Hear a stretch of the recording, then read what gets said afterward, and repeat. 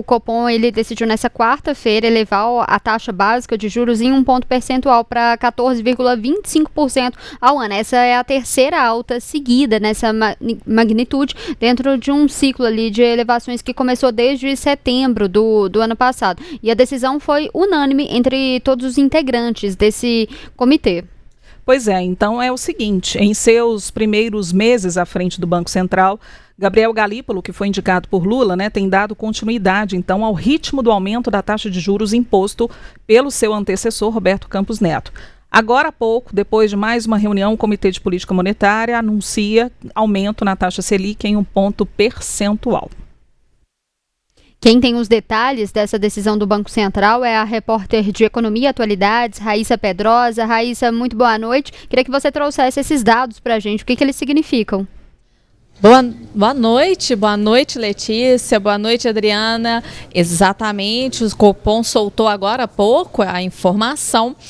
E exatamente, 14,25% já era esperado, é o mesmo patamar que estava em 2016, lá ainda no governo Dilma.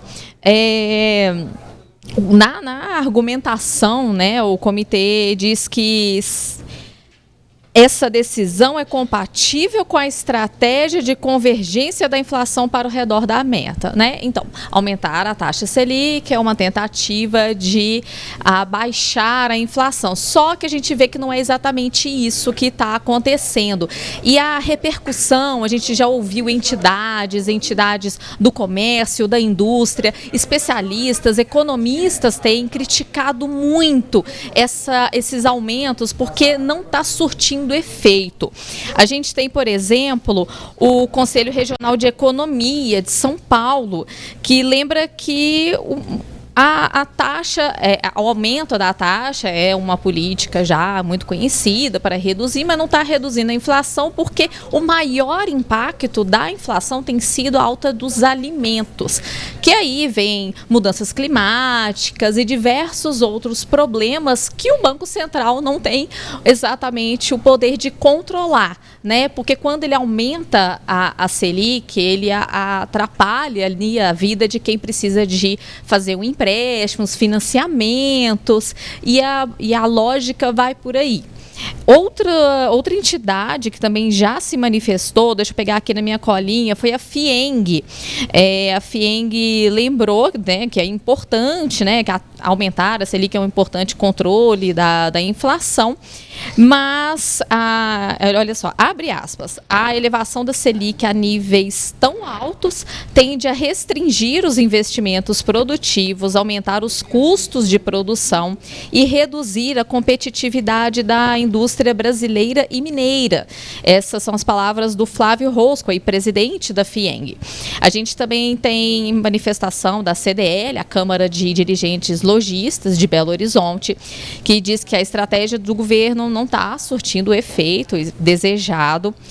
E, abre aspas, a manutenção de taxas altas de juros por longos períodos pode prejudicar a recuperação econômica, limitar a expansão dos negócios e afetar a criação de empregos. Fecha aspas. Essa é a fala do Marcelo de Souza e Silva, presidente da CDL. Além deles, a gente ouviu economistas que também falam praticamente a mesma coisa. O quão arriscado é continuar aumentando a taxa Selic, já que não está vendo, a gente não está vendo o retorno esperado, que seria baixar a inflação, e muito pelo contrário, a inflação é esperada atingir 5,6%, 66, 5,66%, sendo que a meta do Conselho Monetário Nacional é de 3%, podendo chegar a 4,5% no máximo. É com vocês. É realmente de assustar, que a taxa de juros ela possa chegar ali no mesmo nível que o auge ali da crise do governo Dilma. Isso é muito ruim porque... A Dilma foi retirada do governo. Porque o que acontece, né, nesse cenário? Porque quem tem dinheiro prefere guardar esse dinheiro para ter um rendimento com juros altos do que investir, né, no setor produtivo, gerar empregos. Eu até vi aqui, vou pegar um trecho para a gente comentar, que o comitê, ao divulgar esses números, ele comentou no comunicado que o cenário mais recente é marcado, abre aspas, desancoragem adicional das expectativas de inflação, projeções de inflação elevada, resiliência na atividade econômica e pressões do mercado de trabalho, o que, segundo o Copom, exige uma política monetária mais contracionista. Pois é, a gente tem na tela, né, uma evolução aí da taxa Selic desde dezembro de 2024, né, quando houve essa transição de Campos Neto para o Galípolo. A gente vai acompanhar na tela então a evolução da taxa Selic, que vem num aumento, né, contínuo, então de 12,25% para 13,25%, 14,25%, e essa tendência, né, pelo menos a indicação do Banco Central de que haveria realmente essa tendência de aumento de 1 ponto percentual nas próximas reuniões. A gente tem ainda um outro trecho, Letícia, desse comunicado, né, do Copom, e é bom a gente falar também que essa decisão, ela foi unânime. Então, todos os membros do Copom votaram para esse aumento de 1 ponto percentual da nossa taxa Selic. E mostra que talvez o problema não era como o presidente Lula falava, que o problema era o Roberto Campos Neto, que era o indicado ali do Bolsonaro, que segundo, né, petistas boicotavam. O que o mercado espera é realmente corte de gastos. E a gente vê que talvez vai ter uma dificuldade, porque para buscar a popularidade, a gente já está num período muito próximo ali da eleição de 2026, o que o governo Lula está fazendo? Está tentando criar medidas, criar uma marca para esse governo, para poder aumentar essa popularidade, consequentemente por conta dessa eleição. Mas o que a gente vê nesse o governo criando ali projetos, né, de crédito consignado, facilitando o crédito consignado. Essa própria questão da isenção do imposto de renda para quem ganha até R$5.000 é uma questão que está gerando uma certa polêmica ali no Congresso. Por quê?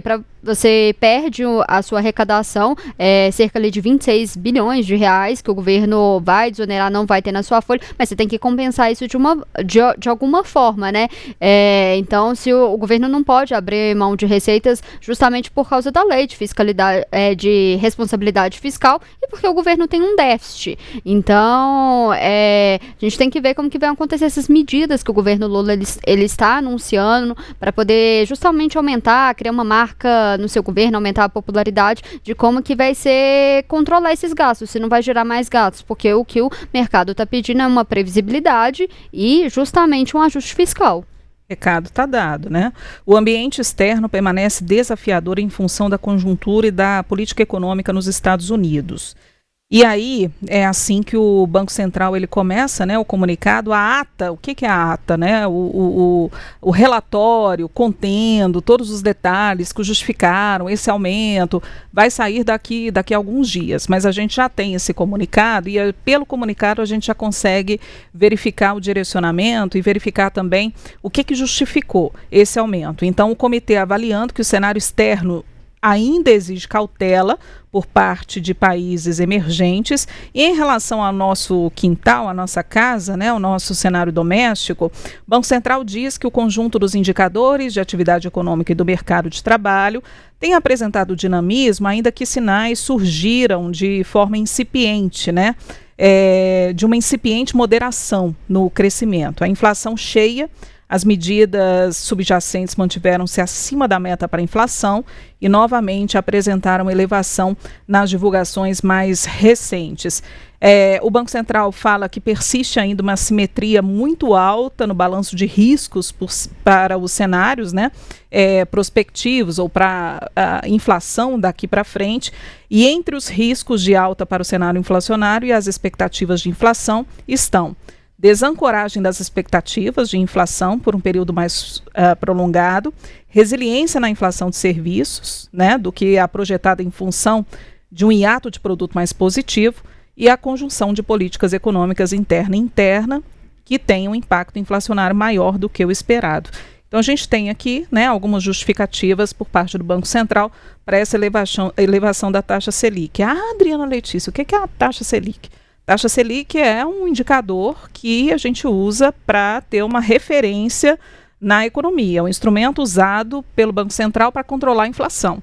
Então, por isso que é tão importante a gente saber quanto é a taxa Selic, se vai aumentar, se não vai, porque é a partir daí que o Banco Central ele dá sinais de como conter, né, a inflação, de como controlar a inflação. Então, Adriana, eu vou trazer alguns comentários de quem está nos acompanhando aqui na live. O Francisco Boni, ele até falou que acredita que uma das soluções é realmente tirar o ministro da Fazenda. Ele acredita que o problema é o Fernando Haddad. O Pedro Caldas, ele destaca que a questão ali, que o maior problema também está na questão da previdência social, por causa, né, do crescimento demográfico, que a população está cada vez ficando mais velha e que esse é o maior custo, e que o governo está aumentando a base monetária e que isso é igual à inflação.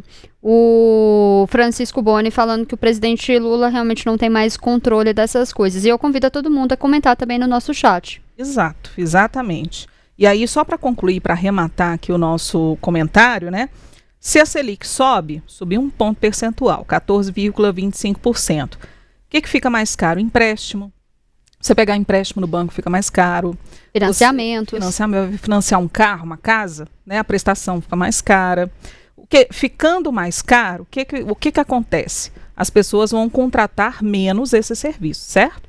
Vai comprar menos, vai financiar menos, vai pagar menos prestações, né? Não, vai evitar fazer compras, né, com parcelado.